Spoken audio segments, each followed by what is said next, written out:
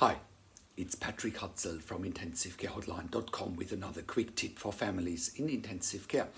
So at the moment we're working with a client who has their 59-year-old mum in ICU after ARDS. Now, even though it's 2022, it's actually not COVID ARDS, it's just an ARDS that seemed to come out of nowhere. Anyway, she's been in ICU for 2 weeks. She was in an induced coma. She's on a ventilator with a breathing tube or endotracheal tube. She was on and off prone over the last 2 weeks to treat the ARDS. She was on steroids, antibiotics. The chest x-ray was a complete whiteout. She was on multiple inotropes to deal with the infection, to deal with the sepsis. But thankfully, she's come out of it. And, the lungs are slowly recovering, even though she has some fibrosis. And that's probably the main obstacle to get her off the ventilator. But nevertheless, she's fought the infection. But as it often happens with ARDS, some patients are unfortunately left with scar tissues in the lung, also known as fibrosis. Now, sedation has been switched off about 4 days ago, and the patient is not waking up. And, it's very slow. She's now slowly starting to open eyes, slowly starting to move her legs and her arms. For context, when someone is in an induced coma, especially for ARDS and especially when it comes to proning, they often need double the amount of sedation because proning is just even more uncomfortable than just having a breathing tube in the mouth. Keep in mind that a patient when proning is turned on their tummy, head down on their tummy. It's incredibly uncomfortable, but it's necessary to treat the ARDS to free up some lung space, more or less.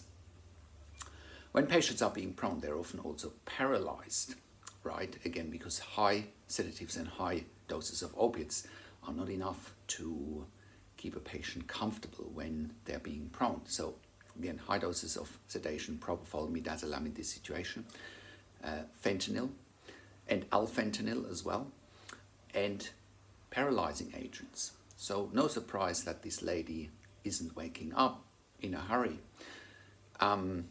because when patients are having heavy sedations plus paralysing agents, it takes even longer to wake up. So now we've been in a family meeting this week with the ICU team. The ICU initially was very doom and gloom, saying, that she has very little chance to survive, that she won't wake up, and, saying that it's quote unquote in her best interest to withdraw treatment and let her die. And the family and me obviously objected.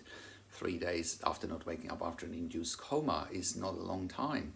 And thankfully, in the meantime, after the meeting, before recording this video, she had a CT scan of the brain, which was basically showing that the brain is intact. So it's probably just a waiting game. It's just a case of doing physical therapy.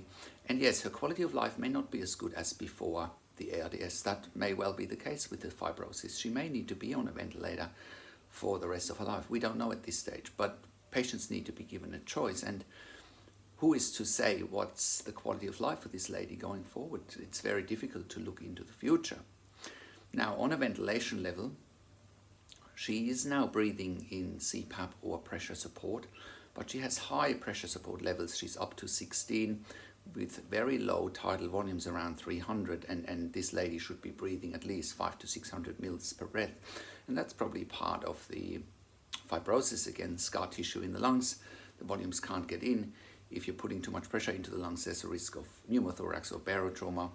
So, the weaning of the ventilator will probably be a challenge, but, hopefully she can improve over time. Hopefully she can have time off the ventilator.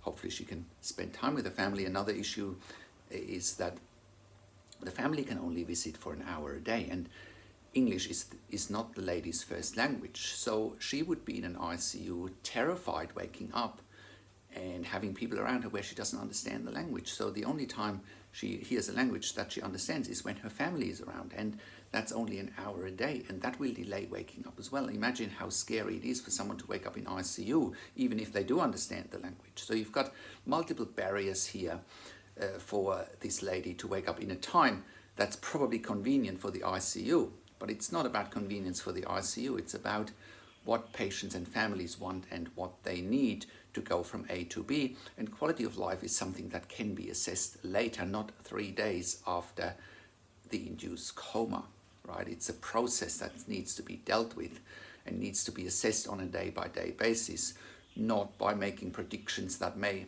or may not be accurate.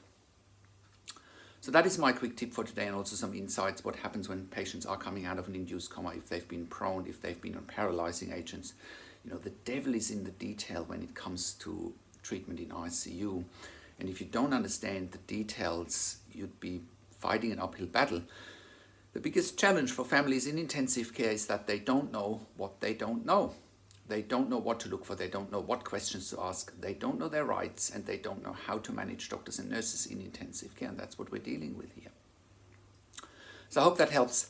That's my quick tip for today. Now, if you have a loved one in intensive care, go to intensivecarehotline.com, call us on one of the numbers on the top of our website, or simply send us an email to support@intensivecarehotline.com.